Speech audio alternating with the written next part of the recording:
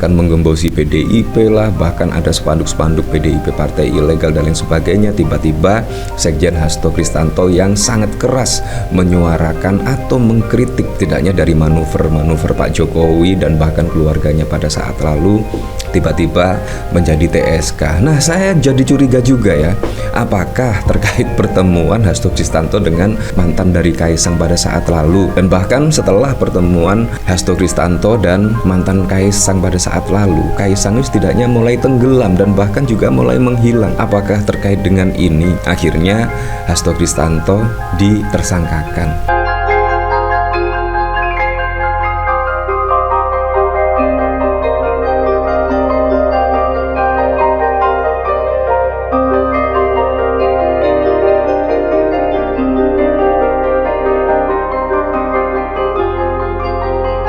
Dan akhirnya Hasto Kristanto saat ini resmi menjadi tersangka.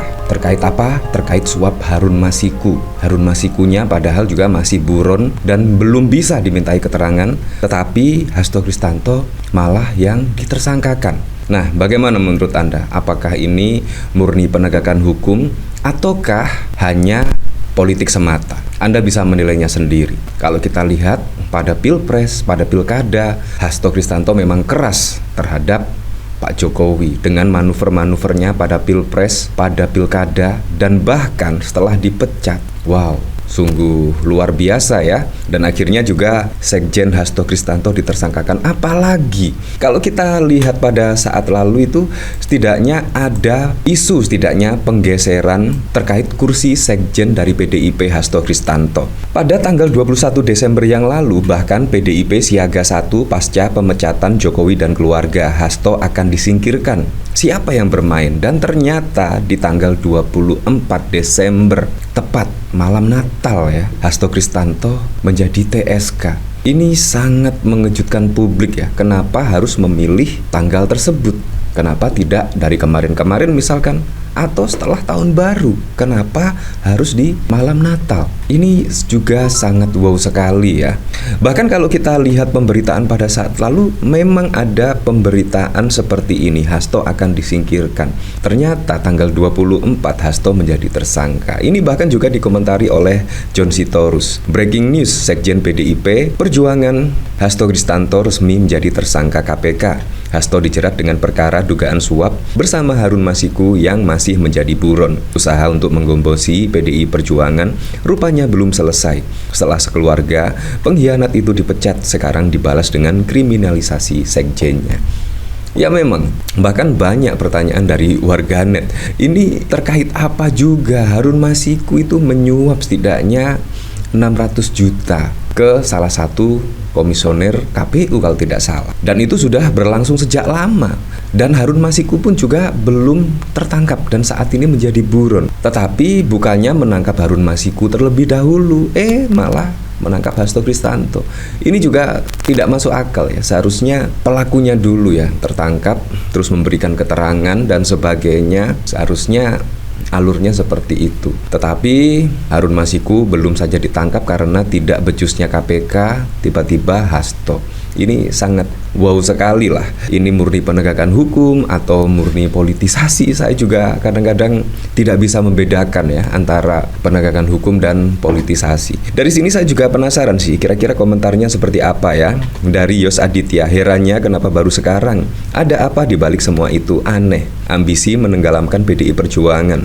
Pemilihan lewat DPRD harus terwujud. Apakah seperti ini? Ambisi untuk menenggelamkan PDI Perjuangan lewat DPRD harus terwujud karena PDI Perjuangan itu yang bersuara lantang setidaknya bersama rakyat. Contohnya banyak sekali, mulai di luar pemerintahan bahkan juga sudah mengkritik PPN 12%, mengkritik setidaknya pemimpin daerah dipilih oleh DPRD, dan masih banyak lagi kritikan-kritikan dari PDI Perjuangan. Jadi ini kemungkinan yang sangat menakutkan ya. Jadi satu persatu mulai digembosi, mulai dari sekjen dan lain sebagainya. Apalagi pada saat lalu juga ada spanduk-spanduk yang bertuliskan PDI Perjuangan ilegal, ketua umum PDI Perjuangan ilegal dan lain sebagainya. Memang PDIP saat ini dikeroyok ya. Saya mengingatkan pada saat lalu 96, 98 itu juga PDIP sama-sama dikeroyok. Entah PDIP itu memang murni yang berada di jalur masyarakat ya, mendengar aspirasi masyarakat, akar rumput dan lain sebagainya. Jadi memang tidak mudah sekali ya menjadi PDI Perjuangan. Partai-partai lainnya pasti tidak akan sanggup untuk menjadi PDI Perjuangan. Loh, semua KPA itu masih di bawah naungan Mama Banteng ya. Opini macam apa ini? Ini yang ditunggu. Kita nonton seru nih pencaturan politiknya. Siapa yang bermain kotor libas saja, netizen nonton sambil ngopi. Semoga ada nyanyian lantang, saling bongkar kartu kalau perlu santai. Partai lain ikut dalam pusaran biar keluar semua parasit di sekujur ya.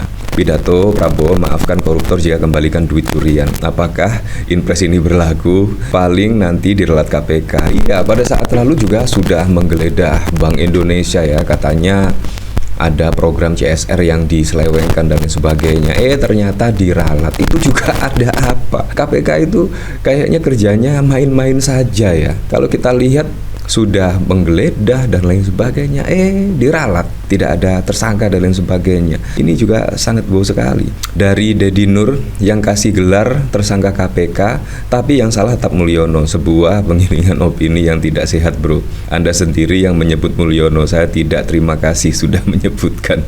Siapkan popcornmu kawan-kawan, goreng. Aku takut komentar ntar dibilang membela lagi, padahal kenal aja enggak, tapi rakyat melihat, loh ini kenapa baru sekarang sejak KPK meralat satu tersangka. Seseorang kemarin kok agak skeptis ya sama KPK. Iya, memang agak skeptis sekali. KPK sekarang warisan Jokowi, strukturnya sudah lengkap sebelum dia lengser. Ya seperti itulah.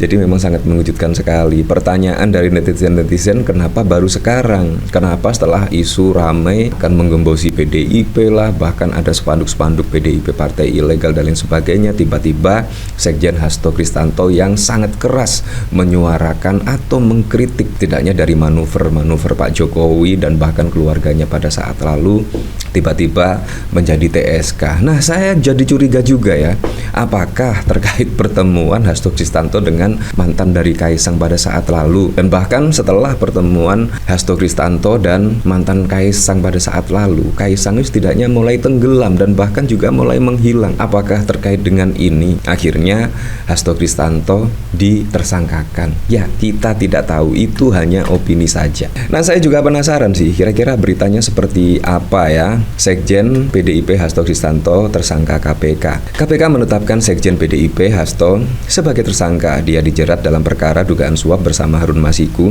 yang masih menjadi buron. Dari sumber detik.com Selasa 24 Desember menyebutkan nama Hasto sebagai tersangka dalam surat pemberitahuan dimulainya penyidikan. Dalam surat itu disebutkan bahwa surat perintah penyidikan atau sprindik penetapan tersangka Hasto adalah Sprindik 153 DIK 00-01-12-2024 tanggal 23 Desember 2024. Penetapan Hasto sebagai tersangka dilakukan setelah ekspos perkara pada 20 Desember 2024 atau setelah pimpinan baru KPK mengucapkan sumpah jabatan di hadapan Presiden Prabowo Subianto. Dalam surat itu disebutkan pula bahwa Hasto sebagai pihak pemberi suap bersama Harun Masiku kepada mantan Komisioner KPU Wahyu Setiawan. Suap itu diduga berkaitan dengan pergantian antar waktu atau PAW anggota DPR. Perihal ini detik.com sudah menghubungi mantan KPK serta juru bicara KPK, namun para pihak itu belum memberikan respon. Secara terpisah detik.com juga mencoba konfirmasi ke PDIP namun juga belum mendapatkan respon dan lain sebagainya.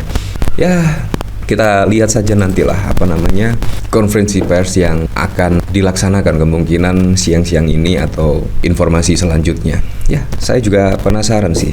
Tiba-tiba Sekjen Hasto Kristanto tiba-tiba menjadi tersangka. Ini sangat mengejutkan publik ya. Karena apa? Karena Harun Masikunya saja bahkan juga belum tertangkap oleh KPK. Tiba-tiba Hasto malah dijadikan tersangka tepat di malam Natal.